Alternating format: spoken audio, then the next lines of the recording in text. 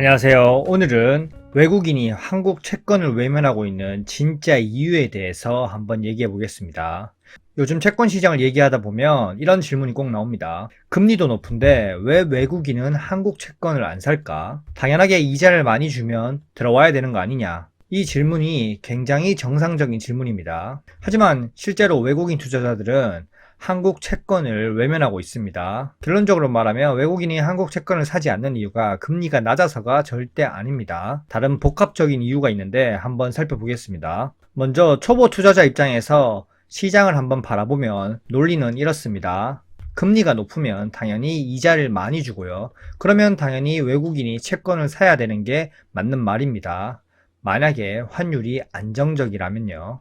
하지만 외국인 투자자의 실제 시각은 다릅니다. 외국인에게 한국 채권은 이자 상품이 아니라 환율 포함 상품입니다. 실제로 이자 수익과 환차 손익까지 고려해야지 외국인이 한국 채권을 살지 말지를 결정하는 겁니다. 외국인은 이자뿐만 아니라 환율 변동까지 고려해서 한국 채권을 살지 말지를 결정합니다. 렛츠고! 외국인의 시각에서 바라보고 외국인의 머릿속의 계산은 이렇습니다. 먼저 한국 채권의 이자 수익을 한번 계산해 보고요. 그런 다음에 한국 채권의 가격 변동성을 살펴봅니다. 원달러 환율의 변동성이 크면 실제로 수익이 증발할 수 있기 때문에 이 세 가지를 함께 봅니다. 세 가지 요소를 종합적으로 계산을 해서 이자를 3%에서 4% 정도 받아도 환율이 5%에서 10% 이상 움직여 버리면 그 수익은 한꺼번에 날아갈 수 있습니다. 그래서 외국인은 금리보다는 환율 안정성이 투자하기에 최우선 고려 대상입니다. 그러면 지금 외국인이 바라보는 한국 채권의 가장 큰 리스크가 뭘까요? 바로 원화가 더 약해질 가능성이 있다는 겁니다. 환율이 아직 고점이 확인이 안 됐고 최근 정부가 시장에 인위적으로 개입해서 환율을 끌어내렸다고 해도 그게 고점 신화라고 확신할 수 없습니다. 그리고 달러 강세의 지속 불확실성인데 달러 강세가 끝났다는 확신이 없습니다. 또한 독자적으로 한국은 금리 인하가 불가능한 구조입니다. 한국이 당연히 미국보다 먼저 금리를 내릴 수 없기 때문에 이 상황에서 외국인들은 이자를 조금 더 받고자 환율 리스크를 굳이 떠안을 이유가 있나? 이런 불확실한 상황 속에서 투자를 하고 싶지 않은 거죠. 그럼 여기서 많은 사람들이 반문합니다. 한미 금리 차가 최근 조금 좁혀지면서 그렇게 크지도 않은데 왜 이럴까? 그 질문에 대한 답은 맞습니다. 극단적으로 불리한 상황은 아닙니다. 하지만 외국인은 수치보다 방향성을 먼저 봅니다. 앞으로 금리 방향이 어떻게 될지, 그리고 환율이 위쪽으로, 아래쪽으로, 어느 쪽으로 더 열려 있을지, 그리고 한국의 정책이 방어적일지 소극적일지, 이렇게 한국에 대한 평가를 합니다. 현재 외국인들이 한국을 바라보는 시선은 나쁘진 않지만 굳이 먼저 들어갈 이유도 없다. 이렇게 해석하고 있는 겁니다.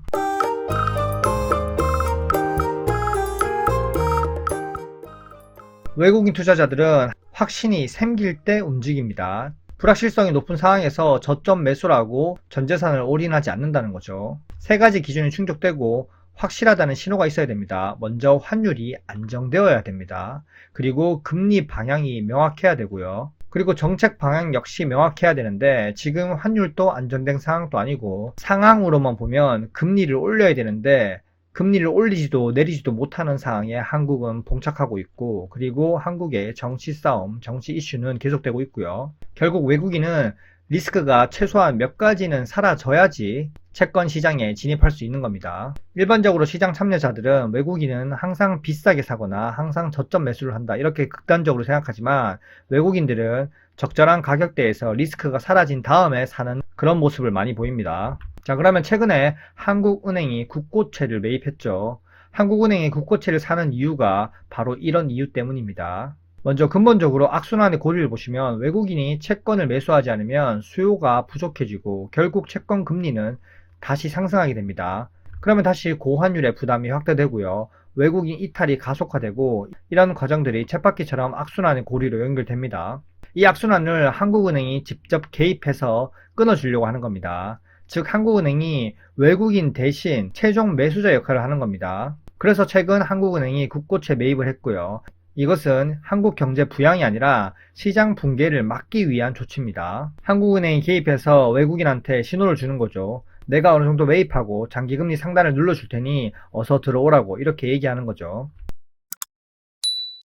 결국 외국인의 한국 채권에 대한 판단을 한 문장으로 정리하면 이렇습니다. 외국인은 한국 채권을 안 사는 게 아니라 아직 안 사도 된다고 판단하고 있다. 이겁니다. 그래서 시장에 외국인이 매수 대기를 하고 있으니 외국인 대신 한국은행 정책이 버텨주겠다. 이렇게 버팀목 역할을 하고 나선 거고요. 이런 상황을 이해하면 지금 시장의 흐름이 왜 이렇게 답답하게 움직이는지 채권 시장, 환율 시장, 주식 시장 복합적으로 생각해 볼 수 있습니다. 결국 한국은행이 국고채 매입을 통해서 어느 정도 버팀목 역할을 하고 있지만 실제 매수 주체, 외국인들이 계속적으로 들어오지 않는 이상은 채권, 환율, 주식이 계속 답답한 상태를 유지하면서 한국은 버틸 수밖에 없는 상황이 지속됩니다. 현재까지 내용이 괜찮으셨다면 구독과 좋아요 부탁드릴게요.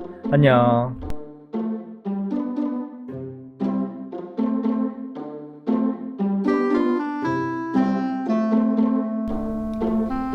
Why